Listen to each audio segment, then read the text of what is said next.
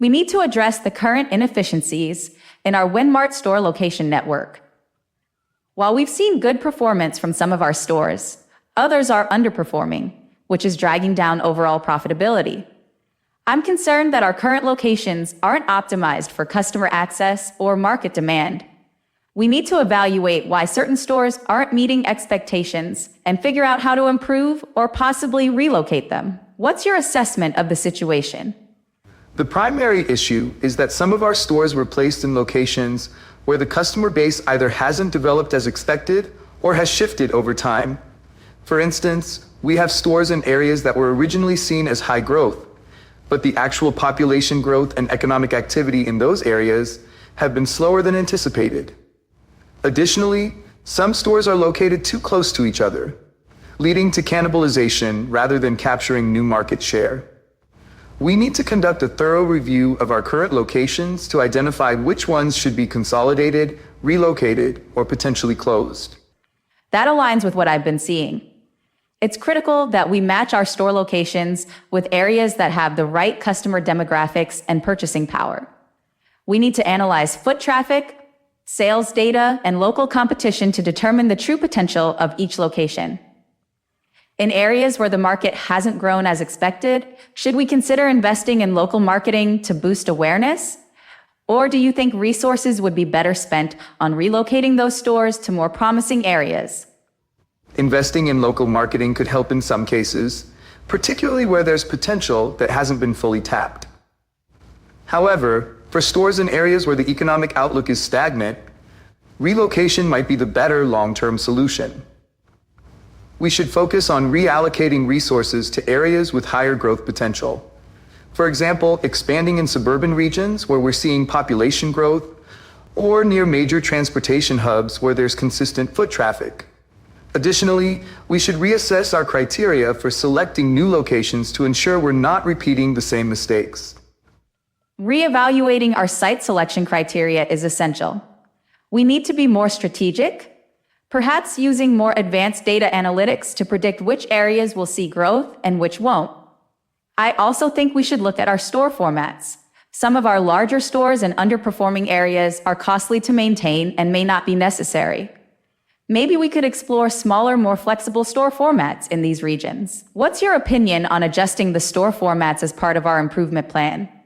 I agree that adjusting store formats could be an effective strategy. Smaller, more efficient stores could reduce operational costs and be better suited to certain locations where a larger footprint isn't justified. We could test this model in a few of our underperforming areas to see if it boosts profitability. Another option is to integrate more digital services in these stores, such as click and collect or delivery options, to drive traffic and sales without needing to rely solely on foot traffic. This approach could be particularly effective in areas where in-store traffic is low, but online shopping is strong. Integrating digital services is a smart move, especially as consumer behavior shifts more toward online shopping. This could be a way to make our stores more relevant, even in less ideal locations. But we need to ensure that we have the infrastructure in place to support these services effectively. If we're going to offer click and collect or delivery, we'll need to streamline our logistics and inventory management to ensure that customers have a seamless experience.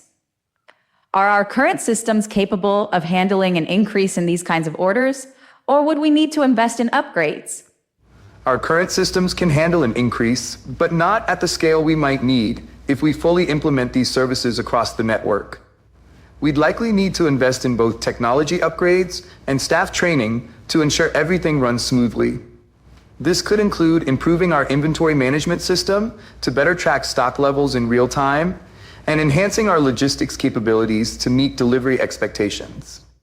However, the investment would be worthwhile if it means we can boost the performance of stores that are currently underperforming. It would also help us stay competitive as more consumers move towards online shopping. If we're going to invest in upgrades, we need to be certain that the returns will justify the costs. We should start with a pilot program in a few key locations to test the effectiveness of these strategies before rolling them out more broadly. At the same time, we need to make some immediate decisions about underperforming stores. For those where relocation or a format change isn't feasible, we may need to consider closures to cut our losses. How do you feel about potentially closing some stores to focus on strengthening the overall network? Closing stores is never an easy decision, but it might be necessary to strengthen our overall network. If a location consistently underperforms, despite efforts to improve it, closure might be the best option. We can then redirect those resources to more promising areas or into our digital and logistics upgrades. It's about being strategic and making tough decisions that will benefit the company in the long run. Let's start by identifying the most critical locations for evaluation and setting up a timeline for when we need to make these decisions. Agreed.